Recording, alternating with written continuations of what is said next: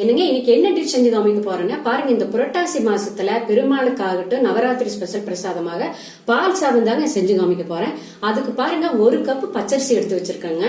முதல்ல என்ன செய்யறோம் அப்படின்னா இந்த பச்சரிசியை கழுவிட்டு ஒரு 10 நிமிஷம் ஊற வச்சிடலாங்க.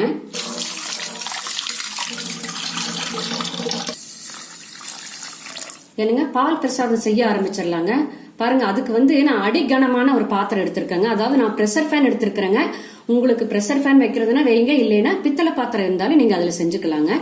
எடுத்து வச்சுட்டு முதல்ல என்ன செய்யறோம்னா நம்ம அரிசி எடுத்தோம் இல்லைங்களா, அந்த கப்புல 2 கப்பு தண்ணி ஊத்தி விட்டுருங்க.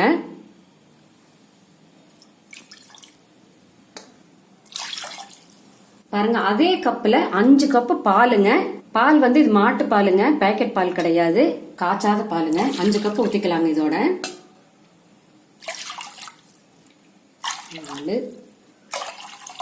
பால் நல்லா காஞ்சு பொங்கு வரட்டுங்க. பாலும் தண்ணி பாருங்க நல்லா இந்த மாதிரி கொதிக்கணுங்க. இப்ப என்ன செய்யறோம்னா நம்ம கழுவி ஊற வச்சிருக்கிறோம் இல்லைங்களா பச்சரிசி, தண்ணி இல்லாம இதுல சேர்த்திருங்க. சேர்த்திட்டு அடுப்பு சிம்மில் வச்சுக்கோங்க. அரிசி நல்லா குழைய வேகணுங்க. இடையில மட்டும் கலக்கி விடுங்க. இந்த மாதிரி கலக்கி விட்டுருங்க அடிக்கடி. அரிசி நல்லா இந்த பால்லயே வேகணுங்க.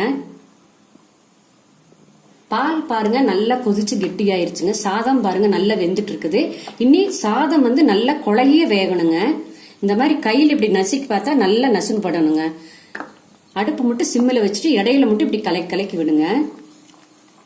பாருங்க பால் எல்லாம் நல்லா கொதிச்சு சாதமும் அப்படித்தாங்க நல்லா வெந்துருச்சு, கெட்டி ஆயிருச்சு.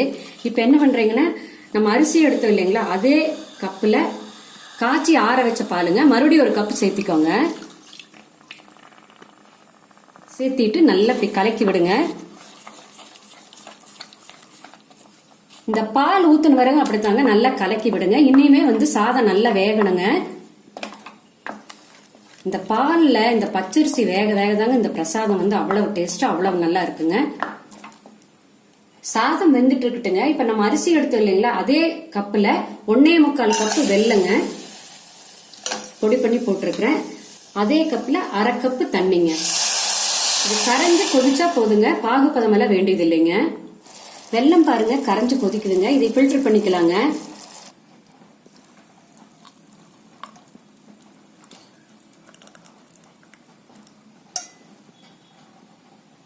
பாருங்க பால் நல்லா கெட்டியாயிருச்சுங்க. சாதம் பாருங்க நல்லா குழஞ்சு வெந்துருச்சுங்க. இப்ப என்ன செய்யறீங்கன்னா அடுப்பு ஆஃப் பண்ணிட்டு பிரசாதத்தை கீழே எடுத்து வச்சிருங்க. கீழே எடுத்து வச்சுட்டு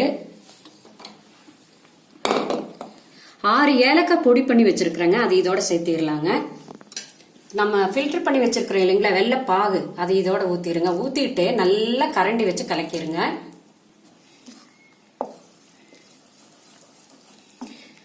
என்ன இப்படி கொலன்னு இருக்குதுன்னு நினைக்காதீங்க, சூடா இருக்குதுங்க. இப்ப சூடா இருக்கும்போது பிரசாதம் இப்படி இருக்குதுங்க. ஆற கெட்டி ஆயிருங்க. பாருங்க முந்திரி திராட்சை வதக்கிக்கலாங்க. 2 குழிக்கரண்டி நெய் ஊத்திக்கோங்க. இந்த நெய் காஞ்சிருச்சுங்க. இதுல முந்திரி கொஞ்சம் போட்டுக்கலாங்க.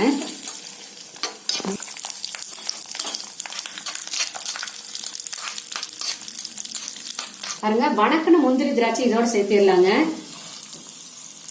இது கூட பாருங்க கொஞ்சமா பச்சைக்கல் போடுங்க, பொடி பண்ணி இருக்கிறேன், அது இதோட சேர்த்திடலாங்க. சேர்த்துட்டு நல்லா கலக்கி விடுங்க. இந்த பச்சைக்கல் பொறுமெல்லாம் சேரும்போது இந்த நெய்யில் அவ்வளவு வாசனையா இருக்குங்க. இவ்வளவுதாங்க பால் சாதம் ரெடிங்க. இந்த பிரசாதம் செய்யும் போது நீங்க என்ன கவனிக்கணும்னா பால் காய்ச்சற பாத்திரம், பிரசாதம் செய்யக்கூடிய பாத்திரம் அடிகனமா இருக்கணுங்க. பால் அடிப்பிடிக்காம சிம்மிலேயே வச்சுட்டு நல்லா கலக்கணுங்க. அரிசி குழைய வேகணுங்க. அரிசி பருக்கையே தெரியக்கூடாது. இந்த மாதிரி செஞ்சு பாருங்க. உங்களுக்கு ஈஸியா செஞ்சு காமிச்சிருக்கிறேன். இதே மாதிரி செஞ்சு பார்த்துட்டு உங்களுடைய கமெண்ட்ஸை சொல்லுங்க.